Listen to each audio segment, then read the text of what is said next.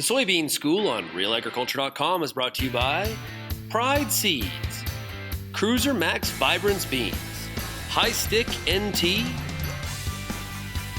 and the Manitoba Pulse and Soybean Grower.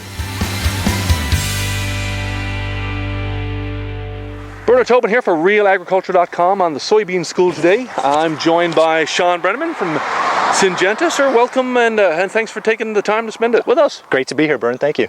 Hey, we're going to talk today about soybean cyst nematode and a new product that you folks have, a new seed treatment. But first of all, let's talk a little bit about the history of SCN. You know, where does it come from and where is it now in Ontario? Yeah, so we think that SCN was first identified or first brought into North America in the late 1800s as they were bringing soil from Asia that had the nitrogen-fixing bacteria in it. We think they also brought SCN. So it was first really identified in fields in North Carolina in about 1954.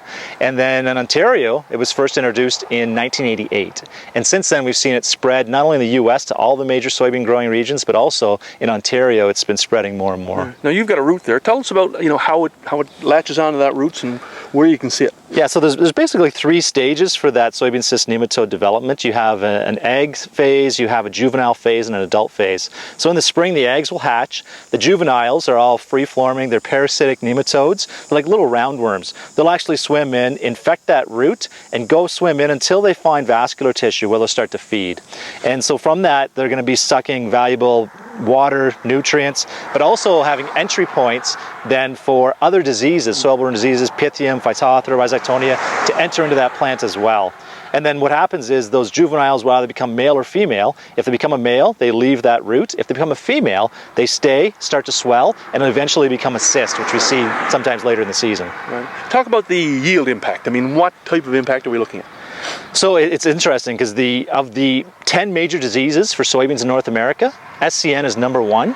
And if you add up the economic impact of all the other 9 diseases, it doesn't even come close to what the economic impact of SCN is. They call it the billion-dollar pest, and they call it the hidden pest because a lot of times you can have issues in the field and not even know that you're losing yield because of SCN. Yeah. It's a hidden pest. And you can lose up to 75% of yield potential here. Yeah, in some of those high situations, some of those 5,000 plus eggs per 100 grams of soil, the yield loss can be very severe, especially when it's combined with something like drought stress or water stress or other stresses in that case. So let's talk about Clariva PN, your new product, new seed treatment. Tell us, and we're standing in front of a field that you've got, I guess you could half treated and half non-treated. Talk about how it works and what you're seeing in your tests. So the last 3 years we've had small and large scale research trials in the field, and this is one that we're seeing here now where half the field's treated with Clariva PN plus a soybean that's resistant to SCN. It has the PI 88788 resistance gene in it. Right. And that's important to understand because 95% plus of the varieties that we have available to us in Ontario today all use PI 88788. And so what we see over the last number of years, we're starting to see a bit of a breakdown of that trait as you continue to select for those races that can actually survive on that native tolerance. Then we start to see a buildup in some of those SCN races out there. So what are you seeing in the field? So 3 years testing, what type of results are you seeing? So over those 3 years, we see an average of 6% yield increase under those medium to high SCN pressures.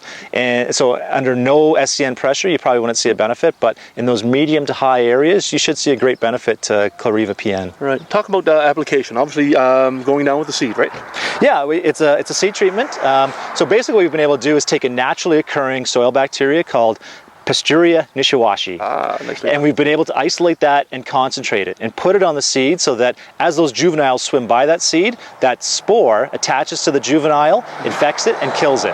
And then releases more spores so you get more control through the season-long control. And ultimately, I think it can be applied with a fungicide or a fungicide-insecticide treatment and ordered from a seed company or from a downstream treater. Right. And available for 2016 planting? Absolutely, available for 2016. Awesome. And I'm sure we'll hear a little bit more of this as the year goes on. Thanks for your time today. We'll see you back at a soybean field somewhere soon. Great, thanks, Bern.